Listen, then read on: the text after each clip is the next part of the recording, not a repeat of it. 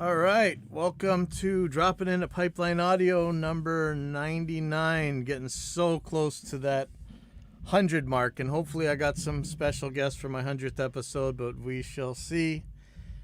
This one I'm calling rslash. And let's see what we got here. So, as usual, pardon the drums in the background, but just going to pop up a picture here. And this isn't actually the most recent one. There's some more exciting stuff here. But for those of you guys watching, this is Reaper mock-up. Actually, not a mock-up. This is Reaper possibly running LV2 plugins. If you were kind of around in the subject of last week's episode about the narcissistic obstructionists. The reason we have so much trouble with VST, VST2, the fact that a company owns it and can just decide to, tank it if it wants, or tell you to stop developing in it, have some legal measures against you, releasing things that worked just fine not so long ago. LV2 gives us a chance to I think it's an open source. LV2 is another plugin format like VST or LADSPA or audio units or any of that kind of thing. It's not implemented in very many DAWs as far as I know. I think it's on some Linux ones like Ardor. I think it's in Harrison Mixbus. I don't know where else it is. You guys could tell me if you know. But it's potentially coming to Reaper. And this is why we fight. When something's really, really, really wrong with the audio engineering universe, is there a way to fix it? Let's find out. Let's talk about it. There's no need to attack people and shut people down for trying to help and trying to fix. There's a possibility that we just fixed it. Not we, Justin, as usual, over at Kakos, over at the Reaper headquarters. So that's pretty exciting. I know, the Linux guys are going crazy, some of them anyway. And, really, you guys, if you get a chance, get behind Jack Winter on this because, he may not have been pushing for this one so much, but he's always on this type of Linux type of thing, and he's the guy you want to support. He will get this going. He will make sure now that this ball is moving. I really think Jack Winter's gonna be the one to nudge Justin into getting it into the end zone here. So that's pretty exciting. Really, really cool getting this LV2 going, and to all you guys that, for whatever reason, didn't want people to be able to develop plugins that work. I don't know what's wrong with you, but whatever. Here we go. Well, let's see what Juice has to say about LV2 as well. I don't know. Does Juice have an easy way to write for LV2? Maybe, maybe not. I don't know. But can't hurt to have another format out there. All right. Other weird things for me right now. And this has been going on since this whole pandemic. Remember, sometime around April, maybe May or June, almost all of the used guitars and microphones and a lot of music gear just disappeared off the market.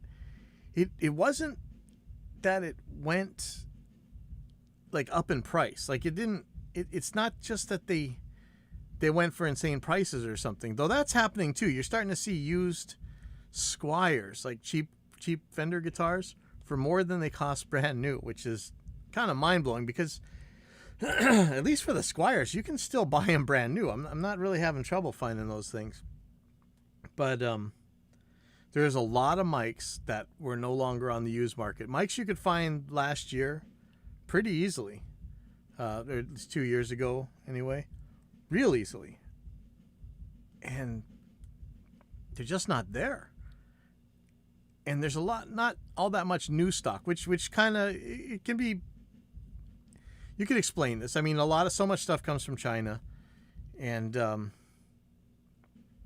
even the things that say they're made in the European Union or whatever, they can come from China, and China had to take care of its own stuff first, I guess. So it's not surprising that a lot of new stuff isn't being built right now, but it is kind of crazy. There's not much stock out there. So I was looking for a new 7-string. As you guys know, the Agile line may be going away. But I was like, I want something with the real Floyd Rose, with the steel everything, so I don't have to rebuy the saddles. I really like when you actually have a cavity for an active pickup, for the 9-volt battery, rather than throwing it in the electronic cavity, which, I mean, it's okay. But I'd love to have it all in one. And, just a couple of years ago, you could buy tons of guitars that had all this. You want EMGs, you want a real Floyd, you want a neck-through body, you want good stuff, no problem. Right now, the only thing I can find is this ESP that is out of stock everywhere that I can find it. And, I mean, unless I really want to go up into like the $2,000 mark or $3,000, I mean, geez, that's crazy. But, yeah, it's bizarre. There's really just not that many guitars right now. And there's just not that many models, I'm kind of tripping out. Actually, I'm looking for a 7-string. I did see a really cool Jackson Warrior 7-string neck through body, but again, didn't come with active pickups, which I'd like. And not that it's bad to have passive pickups. I just preferred for this particular one, I'd like to have some actives. So I'm just tripping out that I thought that this whole hoarding thing would kind of play itself out. And, we did see that kind of weird stuff, and I was asked, and other people I know were asked to help be a procurer and buy up gear on Craigslist and send it out, and they give you some money for that. But I didn't really want anything to do with that, and I don't know how much is around here anyway. But very strange thing, where's all this gear going? It's not. Usually this goes into people who are going to sell it for a lot more, but nobody's selling stuff. It's just the stock in the used market is just so low. It's absolutely bizarre to me. So anyway, I have no idea what's going on. And if somebody knows of a good 7-string neck through with active pickups and a real Floyd Rose, let me know. I will. And I'm actually, okay, it's kind of weird for me. This is going to be an unlocked Floyd Rose. It's not going to be dive only. I've actually been experimenting with taking my dive only blocks off of 2 of my guitars, 3 of my guitars actually. I think I'm gonna put it back on one of them. You know what a stickler I am on tuning, so this is kind of actually a difficult thing for me. But it is, I'm not playing on anybody's album right now, and I have other guitars that are locked, so I think that's okay. But it's interesting to me. Yeah, if you know of something, let me know. Okay, now I've started using a lavalier mic. I'm using the Shure BLX4. It's a wireless. I don't know how good it is, but I've seen lots of people using this exact model and getting just killer sounds out of it. I think it sounds horrible when I do it. I don't know what are the tricks you guys are doing. I really want to know how you guys are doing this lavalier stuff. Like, what in the world are you doing post-processing wise to get these things sounding good? I've put them in the same places that I see everybody else put them, so I don't think that's the problem. I think I don't know how to post-process a lavalier mic. And it's really weird to me because I see so many of these people who put them under their shirts and it still sounds good. Like, yeah, and I'm getting this weird, like, echoey, phasey thing. Maybe that's it. You put it under your shirt and you don't hear all the echo anymore from the room. That may actually be the trick. I don't know. You guys give me some tips on these lavaliers, please. I'm doing a video series. Actually, I'm probably going to be doing a lot of educational videos coming up here. And I need, oh boy, I mean, it's kind of a pain. So what I'm doing is I might have Reaper running. So I have to record Reaper into another instance of Reaper. Thank you, Simon Larkin. I have to make sure that that's recording as well as OBS recording the video. And possibly I have a camera going as well at the same time. So it's this is kind of a chore, man, doing this. But hopefully it's going to turn out cool, or at least useful. And so, yeah, I could really use some lavalier tips. I really am confused on this one. And let's see. So the other thing is, I'm running Vegas for the first time in forever. I didn't know who exactly is owning it. I think Magic still owns it. We're talking in the Reaper forum about video editors like Reaper or whatever. And everybody's saying to use DaVinci Resolve, but I gave it a try. It felt to me like Final Cut or whatever that Adobe thing was. I didn't like it. For those guys that are pretty steeply versed in Reaper history, you will notice the similarities between Reaper and Vegas. Both me and Justin were big-time Vegas nuts. And I really think that's still, in many ways, the user interface to beat. And so I got a chance. I ran Vegas. I didn't know whether to run Vegas Pro or Movie Studio or whatever. And it's crazy how much I forgot about how to use it. And I didn't really do that much video stuff in Vegas. It was the video editor I always used. Nowadays, I might use Reaper for video instead. But I kind of forgot how to do stuff in it. And I tried Movie Studio Platinum, which is $70, and it seemed to do everything I needed to do. So if that doesn't do what I need to do, let me know. But I really enjoyed using Vegas again. It's just so funny because you get to see all the shortcomings in Vegas that led to Reaper's development. One of the things is just that marquee select, man. That is so handy in Reaper. But it worked. I'd like to actually know. I remember I looked up Peter Hallery as one of the developers of Vegas, and he's working for some alarm control company, I think. It looks like it's a good job. I don't think it's a step down. I just think the world needs to know just how much they owe Peter Haller, or Haler, however you say his name. Peter, if you're ever listening, man, I'd love to have you on the show. In fact, next week is the 100th show, and I really want to have some cool people on. I'm hoping that'll happen. Maybe Peter. I'll make a note of that. We tried DaVinci. I just didn't really care for it. I'm sure it's fine. I just don't. It's not really my kind of thing. I don't know. It doesn't feel the same. Like with Vegas, I just click in there, hit split where I want to split, zoom in, zoom out with the mouse wheel. Everything's just simple. I know how to use it. It may be that DaVinci is way better. I just don't know how to use it. We had a lot more Mac install hilarity. So if you guys don't know, there's been a lot of pushback because, at this point, man, I hate to do it, but you've heard me say it. I really don't recommend getting a Mac right now for music production. I know that's some kind of blasphemy or whatever, but it's become so hard to install things that were working perfectly not long ago. And today, I'm watching somebody who really knows what he's doing. Really, really knows what he's doing. All of a sudden, he can't run some of the plugins he was running just the other day, and he can't install certain plugins made by the same manufacturer of other plugins that he's got installed. It's just ridiculous, man. The artificial gatekeeping, and that's what it is. I don't care if you say it's something else. And again, I'm going to ask, how many people got owned, their credit cards and stuff got hacked because they used Yong, free piano VST on Mac? How many? What was the scope of this problem that led to this horrible gatekeeping? Let me know.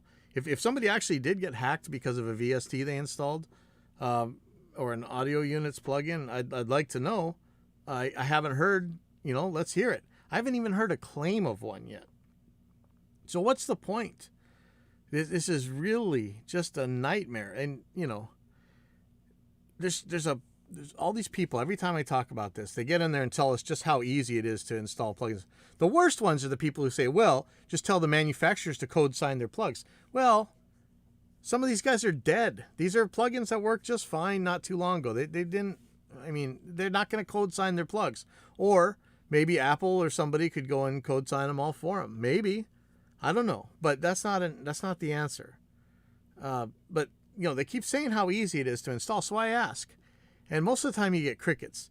The only time I ever get a real answer is that you have to get into terminal or some other things and really mess with the guts. And this isn't something I want little kids in there messing around with, you know. People buy Macs because allegedly they're easy to use. Messing around in terminal is not part of what that easy to use thing is. I'm sorry. I don't ever want to see a monopoly. Really, you guys know that one. That's exactly what's going on with this VST thing, right? I don't want to see a monopoly, but at the same time, I don't want to see you guys get burned because you bought a Mac and you can't get anything done. I really think this behavior needs to change, or who knows what. You know, they're moving to that new processor, the M1, the ARM processors, I think. And maybe that's the way the whole world's going. Who knows? I've heard from Tim Gray that, you know, Windows is on its way to becoming as bad as Mac. I'll believe it when I see it, but I've seen hints of it. You know, so, you know, who knows? Kind of scary. But yeah, you know, for the most part, it's crickets when I ask people to show me a video or whatever of how to install these plugins that won't install. Still on the hunt for a tuning plugin. You know, Waves Tune, you can resize it now. That's pretty cool, but it still has the offline render problem, and only thing I've heard from Waves is that they weren't planning on fixing that. So I don't know. I don't think Waves Tune just may not be viable. But the other one that was really cool was that Revoice 4. I missed the sale, and it seems kind of clunky to use. I might still buy it. I'm on the fence. I just can't get along with Melodyne. It is just so buggy for me, and it always has been. You can't zoom in enough. I can't stand the thing. You know, when it works, it's cool, but for a lot of stuff, it just doesn't do what I want it to do. So of course, you know, I tried Auto-Tune,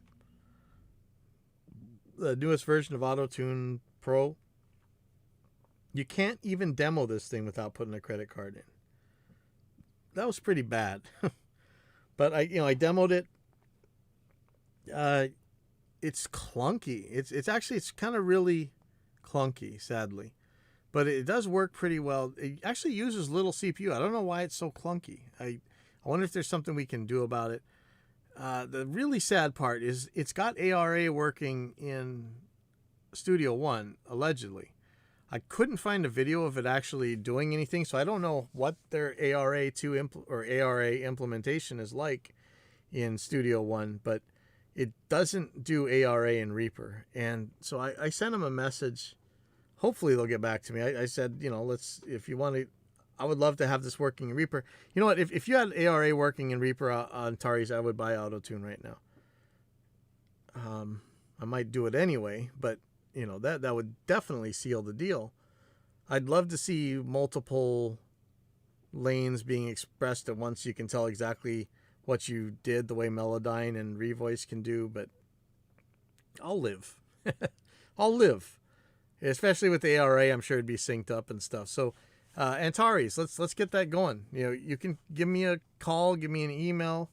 I will do everything I possibly can to help you get ARA into Reaper. And I think I can do a lot. So let's hear from you, Antares. And don't tell Glenn Fricker, but I'm really enjoying the UVI drum replacer.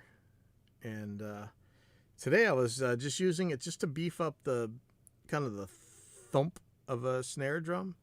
And I tried to use its round robin feature, and man, its gain match feature, it's just crazy how nice and real it can sound. You know, not really with using samples so much as it's just kind of a dull thud that I'm thumping on there. But you know, I was really liking it. Let me see. Let's see. Sorry, 1 second. I gotta sneeze here. Sorry. Okay.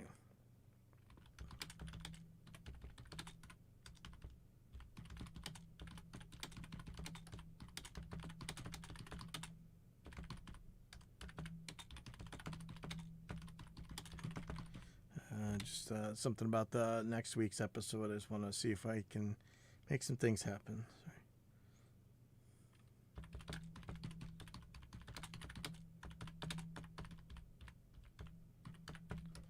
Okay. So what do we have next? Okay, yeah. So really liking that UVI drum replacer plugin. I got it on a Black Friday sale. I think it was like $20 or $30 off. So I'm going to hit some questions here. And, you guys, Ethan Weiner may be the James Randi of audio. I really think he is. I'd like to be the Michael Shermer or the Christopher Hitchens. I don't have the eloquence, but hope I have the offensiveness. And, I'm really skeptical about claims. If you're going to make extraordinary claims, you better bring extraordinary evidence. And we have, I'm looking at a post on the gear page on TGP about why are Neve type preamps so expensive.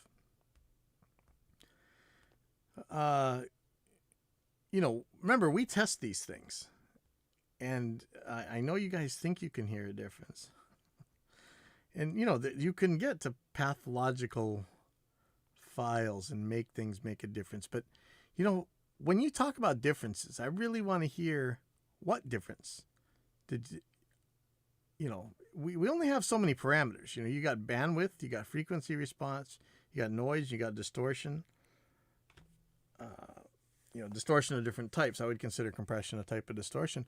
What difference are you talking about? So, first response here, and I'm just going to read a little bit of these. They have a proven track record over a long period of time. People will pay for success. Anyway, they do sound fantastic. What does fantastic mean? So when we actually tested this thing, you can go to pipelineaudio.net and look at the real world gear measurements, and you'll see that we actually tested. A lot of these mics are pretty much ruler flat, have a decently wide bandwidth, and aren't noisy and don't distort. What type of broken, honestly, what type of broken is fantastic? Like, is it a boost in the mid-range? Is it a boost in the high frequencies? Does it distort? What is it? And, never mind that how many times have we done this where we've ABX test and the guys can't tell the difference between a Mackie and a Neve anyway. But let's see. Somebody else had same guy. Why is a Gibson Burst 500K? Yeah, that's a good question. So now here we go. I must say, I noticed quite the difference when I got a real Neve 1066 compared to the high-end clones I had before that. I don't think there's anything magic in there except for the transformers. I think you could build one yourself that lands in the ballpark of an original if you use the original iron. Without them, it might be a nice preamp, but it doesn't sound like the real thing. Alternatively, you could save yourself a boatload of money and buy an AEA TRP. It's nothing at all like a Neve, but they are fantastic. Again, there's a lot of claims here. What is that transformer doing? And did they all use the same transformer every single time? I don't think so. I really don't think so. I'm trying to remember back to what we did here, but I really don't think they all use the same transformers, at least in the ones that everybody likes.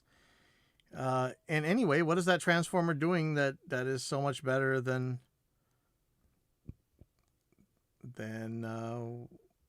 not using one?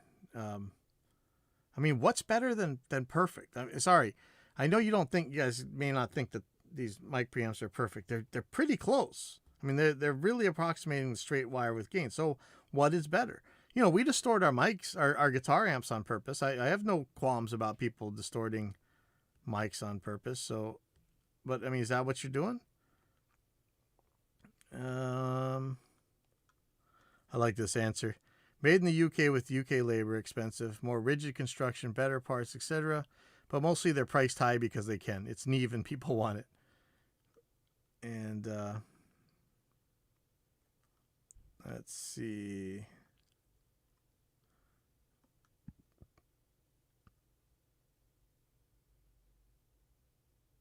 Yeah, people are recommending other mic preamps that don't quite cost as much, but But what are you guys hearing? What are you guys hearing that's better about a Neve? Why don't you? I'd love to hear it because if you can hear it, you can measure it, and if you can measure it, you can quantify it. Somebody said it's Louis Vuitton syndrome. Top quality, but 95% name markup. Nothing new here. Supply and demand. The real expensive part of the transformers. People keep talking about these transformers. I don't know.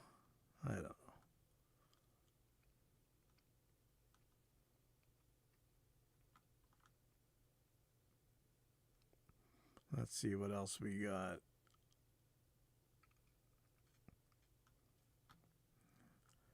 So I had to give the standard answer, because science flies you to the moon and religion flies you into buildings. Anyway, that's out. So, I really like that r// thing where the guy reads the funny r/ Reddit posts, and I was just perusing the audio engineering Reddits, and this is the Reaper subreddit. Is that a subreddit? Is that what you call it? Reddit.com/r/Reaper.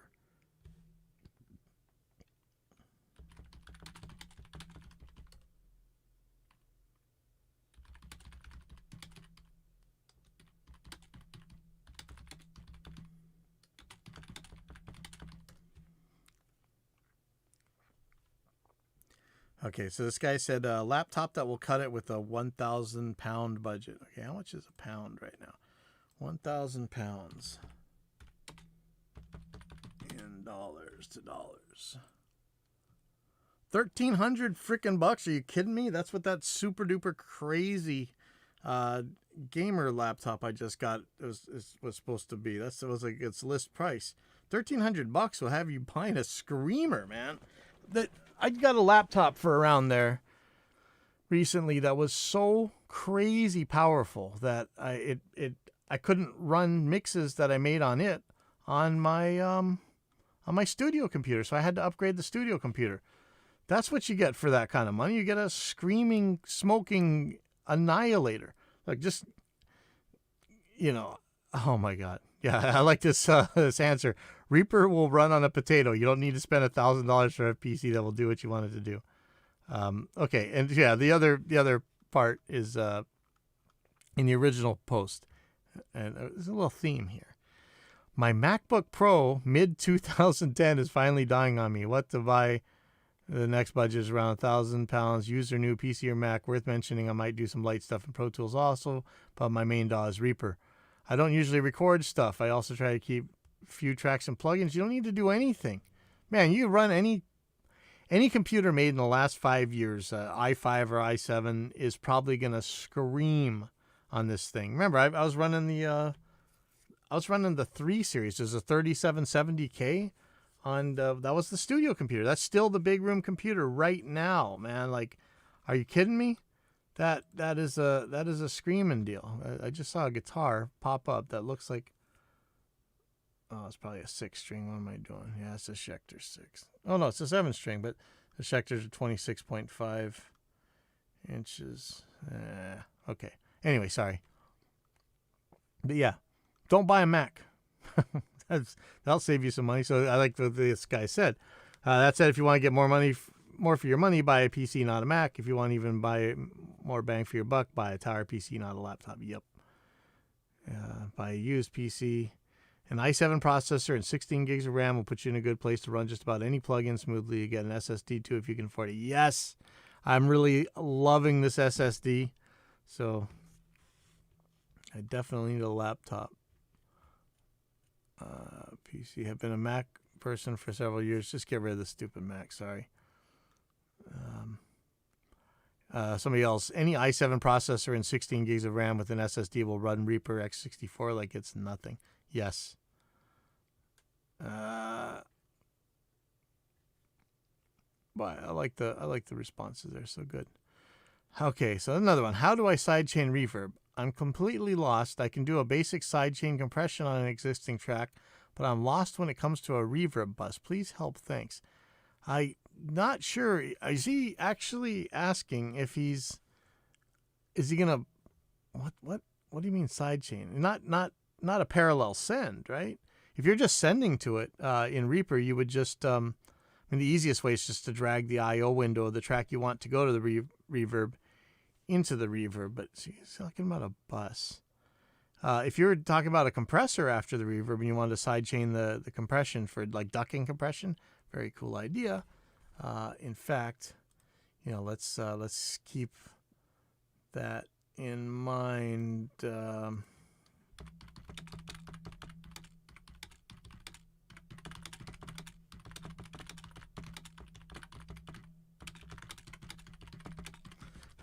Sorry. There may be a plugin coming out that was a little bit relevant too. Hey, we're always developing. I'm always thinking about how can we make what we're doing better. So sorry if I get on a little sidetrack and start working on some of our stuff. But yeah, if you're talking about sidechaining a reverb for a ducking, you would just run the reverb into the compressor and sidechain the compressor as you normally would. Let's see, I could be wrong about this, but you may also need to adjust the reverb's attack and delay times to have it affect the dry input that the reverb is changed. I'm specifically talking about ducking reverb, creating space between the reverb and the source and the reverb on it. Okay, no problem. So just put a compressor after the reverb. You could duck the reverb send. It makes a slightly different type of sound. Sometimes I kind of prefer it. It doesn't sound as weird. But if you want to, either way, duck, put the compressor before or after the reverb and just send to the compressor the same way you did when you're just sidechaining a compressor. Bus or not, doesn't matter. Okay. Oh, and so this is really cool. So Mike Robinson, you can see him on Facebook, just myk.robinson. He did a really cool live stream of drums in drum tracking in Reaper. And it's the same kind of thing you see from me a lot, where I'm running Reaper into OBS and I got all these loopbacks and all kinds of craziness. And so he was doing the same thing. He had a really killer drum sound. So go check this out. It's a video called Live Streaming Drum Tracking in Reaper by MYK.Robinson. Go check it out. This is awesome. You can find it on Facebook, or you can go find it on this Reddit thread. That looks cool. I can't use my microphone NW800 on Reaper. Hi, I'd like some help. I recently bought my Behringer UM2 audio interface, and while it wasn't easy, I could find my way around using it with an electric guitar. But today I received my mic and can't use it. I first had to bought a mini plug adapter, and now I can't seem to find my way around Reaper to use it. I'm using a mono channel. I'm recording. Set the preferences to use the UM2, so I don't think there's a problem there. Maybe I messed things up touching the ASIO configurations. I'll leave a picture here. So I'm pulling up his picture. No, that looks right. So wait a second. Did the UM2 actually have an ASIO driver? Okay, so I want to get to a couple things here. I keep telling people not to buy that UM2 because last time I checked, that maybe it was a different one. It wasn't. So the HD series had actual ASIO drivers. The series that I saw only had. They told you to use ASIO for all. I'm going to go to the Behringer website right now. Product UM2. So I'm going to pull this up. Let's see. So UM2 for you UM2. I'm going to look for downloads for this. Or unless... Man, Behringer, why you guys make it so hard to get in here? Downloads. Can I just get the downloads for this specific product? No, I can't. Okay. So let me... So this is very much like the Focusrite Solo. It's got a one mic preamp and one instrument input. Okay, I'm going to go to downloads. USB. I want USB audio interfaces. Is that what I'm looking for? USB audio interfaces. UCA UM2. Okay, here's UM2 software. Jeez, come on, guys. Drivers. ASIO for all. Okay, here we go. So it still is ASIO for all. So yeah, first of all, I tell you guys, what is it, $20 more to buy a real interface? Just buy if your interface doesn't have an actual ASIO driver, don't buy it. Please don't buy it. We just went through this, sorry. This thing says UM2 software. I wonder what this is. Is it a driver? What's in here? I mean, is there an actual ASIO driver? I'm going to download this. This against my better judgment here. Win all software. Let me just look at it. I hope it doesn't try and run a setup or something. Yeah, don't buy audio interfaces that don't have ASIO drivers, period. Just say no. Even if you're on a Mac. I guarantee the audio interfaces that have better Windows drivers will also run better on your Mac. RME has proved that over and over again. But you're still going to run better on Windows. So yeah, so there's your first problem, is that UM2. Second problem, let's take a look at why did you need that mini plug adapter. I'm going to look at what that microphone. It says a newer NW800. Most of these 800 series mics that you find on Amazon for super cheap, they are they're phantom powered. They're actually, so BCM had one of these. They're like $25. They actually look really cool.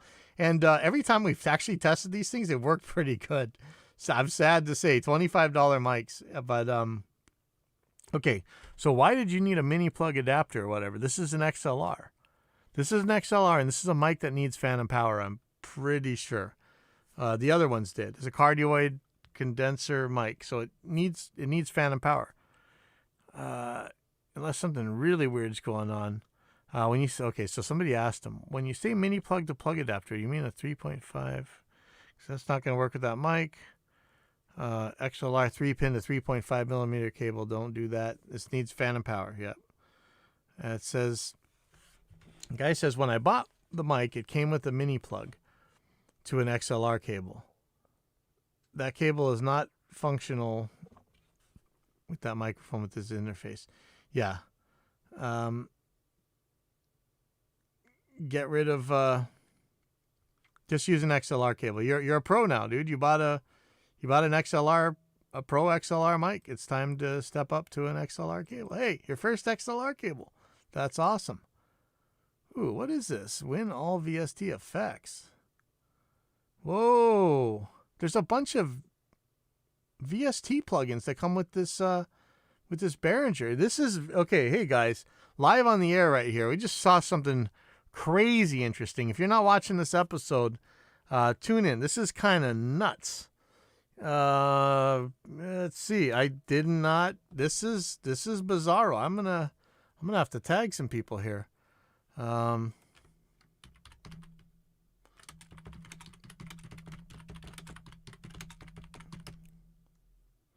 So this is very interesting. So I'm looking at what's inside the drivers. Maybe it's not drivers, software package. I see audio damage, beta bugs, Jairhouse, whatever the ones, the plugins that people used to like back in the day. MB plugins, Ohm Force, Voxengo. These are classic. So all the however you say it, Jairhouse, classic auto filter, chorus, compressor. These are a bunch of VST plugins. I kept saying, if Behringer ever decides to build a DAW, man, things are going to go nuts. And here we are. I'm looking by mistake. I'm looking inside a Behringer download folder, and here are all these different companies' effects. This is crazy. Did Behringer buy up all these companies? They could have. But that doesn't mean that I'm seeing, it comes with Audacity and some kind of podcast thing. This is crazy. But you know what I don't see in here is an ASIO driver. So I'm going to say it again. Don't buy this. Don't buy an interface that doesn't have ASIO drivers. Don't buy this interface, okay? Pay the extra $20, get an interface with ASIO drivers. You're not saving yourself any money. You're just killing yourself. Okay, so I think that's it. Let me see. I have issues. All right, gang, I got the Reaper, watched some tutorials, downloaded a decent IR loader and some free amp sims. What do I have to do to get some decent dirty tones? I feel like I'm lost in the CD part of the Tone City and thought Fluff's Roots amp sim was going to be my saving grace, but it eats through my 8 gigabytes of RAM. Wow. I tried to run through my Big Muff Pi, but she's a little muddier than I anticipated. Maybe I need a lesson in the physics of sonic manipulation. Can someone point me in the right direction? I'm playing with the telly through a Euphoria UMC22. No!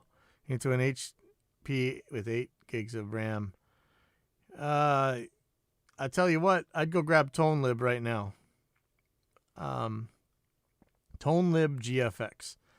That's, it's cheaper software. It might actually be honorware like Reaper, but it has a lot of the stuff you're going to need. I think you'd be fine with it. And I know it doesn't, it's pretty good on the resources. There's a lot of free plugins out there that are pretty good. I don't know if the TSE stuff is still around. The Ignite stuff is out there. A lot of these things won't really munch that much. And okay, I think I was going to read some more rslash stuff, but I'll do that next week.